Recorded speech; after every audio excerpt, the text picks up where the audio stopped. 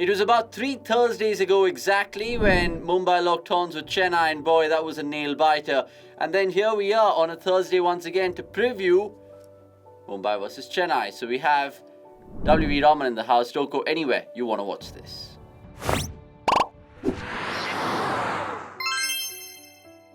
Yes, boys and girls, if we have another game like we did the last time these two sides faced each other, well, count yourselves for a nail-biter. And on that note, we'll welcome WE, who, of course, is a Chennai man himself, but could be backing Mumbai in this one. You never know. WE, first and foremost, how are you? I'm all right. How are you doing? Yes, it's going to be an interesting game in many respects, isn't it? Yeah, it's going to be an absolutely fun game to watch. Now, this fixture normally throws up a lot of drama, so hopefully that trend continues, despite these two not kind of having chances for the top four. First and foremost, the last time these two teams met each other, can it be a similar game where it goes down to the wire? If that's the case, it's going to be fun to watch, isn't it?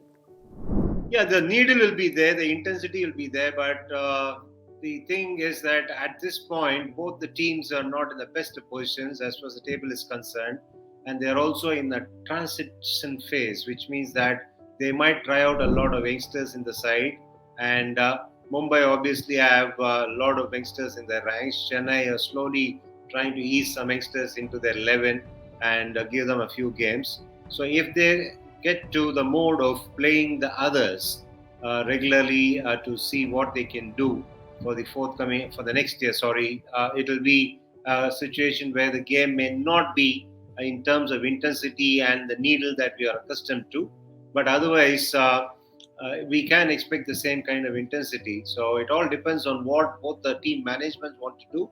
If they want to try and suss things out for the future, it will be a different kind of game.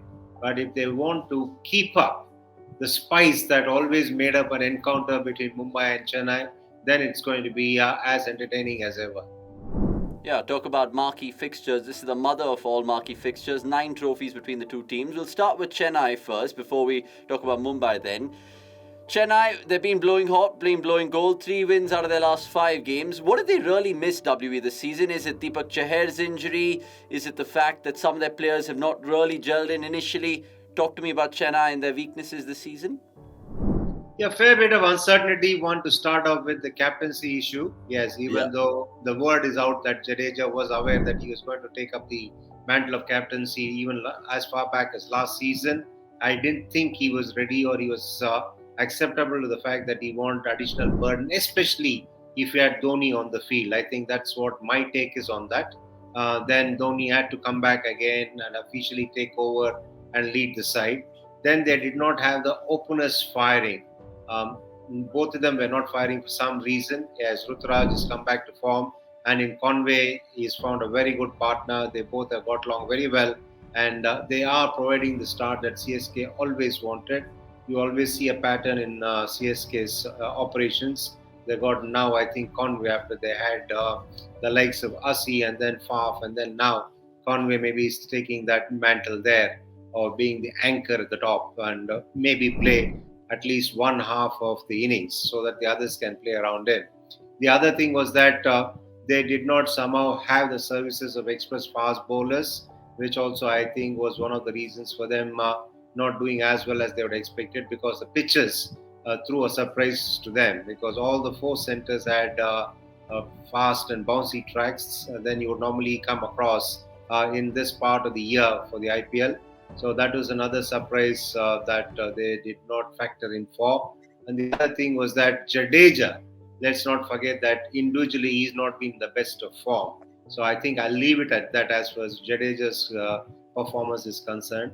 So in a way, what has happened is that the CSK were probably left to contend with a lot of issues that they did not have to in the past. And also the fact that the time has also come for the next gen of cricketers to take over that franchise now.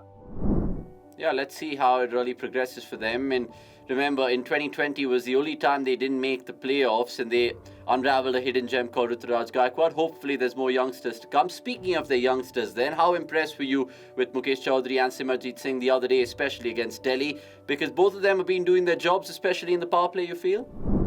Yeah, Mukesh obviously has learnt the ropes. He's been playing more or less from the start. He's had more games than Simranjit, and the young pacer from Delhi, he is not somebody who's not used to being subjected to hardships. He's had his share of hardships in his career so far, which means that he knows what it is to grab hold of opportunities, and that's exactly what he's done. He looks quite feisty. He looks quite competitive, and he's also proved to himself that he belongs at this level, which is very important for any youngster playing for a big franchisee like a Chennai Super Kings and also doing well for them. Which means that confidence that a youngster gets when doing well playing for a high-profile franchise is something else. It cannot be bought, and that's something that you can't really sort of go around talking to people and gaining from them. You've got to gain that confidence by playing yourself and doing well. Yeah, one thing that MS Dhoni does offer his younger players is a longer rope. So, in case of Mukesh and Simarjeet, count them in for next year as well by the looks of things. Let's talk about Mumbai then, because they too have been, really cloudy this season, if that's a good term to use. What suits them more, do you feel, coach? Do you think they can be better off chasing or batting first? Because it's nothing really to show. Yeah, I think from the way things have gone for them, they're better off batting first so that their boom boom cricketers, the batters, can really play without any pressure. Because sometimes when you're chasing targets, it can be a bit of a problem. You need to play at a certain pace, which may not be possible for everybody to do right from the start. But if they bat first, they might probably plan the innings better. They might play with lesser pressure and then put a target that they can defend. And moreover, they also have to bank on the fact that normally sides chasing make a lot of mistakes. So once if they bat first and put up a decent target for the other side to chase, then their chances improve, because from the way they're batted, it doesn't seem like they would prefer chasing. Now, Mumbai, of course, a big blow to them is Surya Kumar Yadav. He won't be playing any of the remaining matches this season. Last time out, they brought in Ramandeep Singh, but would you shuffle the pack altogether and perhaps try to slot in someone like Devil Brevis? That means remove a overseas pro. Would you look at it that way? Yeah, that is the only option left for them. If they had to play Brevis, they got to obviously replace another overseas cricketer. Like I discussed in the previous game as well, during the previous game as well, they would probably be better off getting in Brevis and giving a lot more exposure, and also for him to get a better hang of things, because at the moment he's a young man. You can't fault him. He's obviously decided that T20 is a format where he got to be aggressive, he got to play shots all the time. So in trying to do so, he's lost out on a couple of outings. So he needs to play more and get the hang of things and try and strike a balance for him to consistently succeed in the IPL matches. So that is something that he'll only do if he's played on a regular basis. So whether the Mumbai team management would want to do that is what is the big question out here. And this is also a good opportunity for them, because it's certain that they're not going to get into the knockout phase now. So they might as well try the youngsters and see what comes out of it, because they have been very good in nurturing young talent. So let's see if they continue with that trend and do in the remaining part of the IPL by blooding in a lot of youngsters and playing them in the rest of the games. Okay.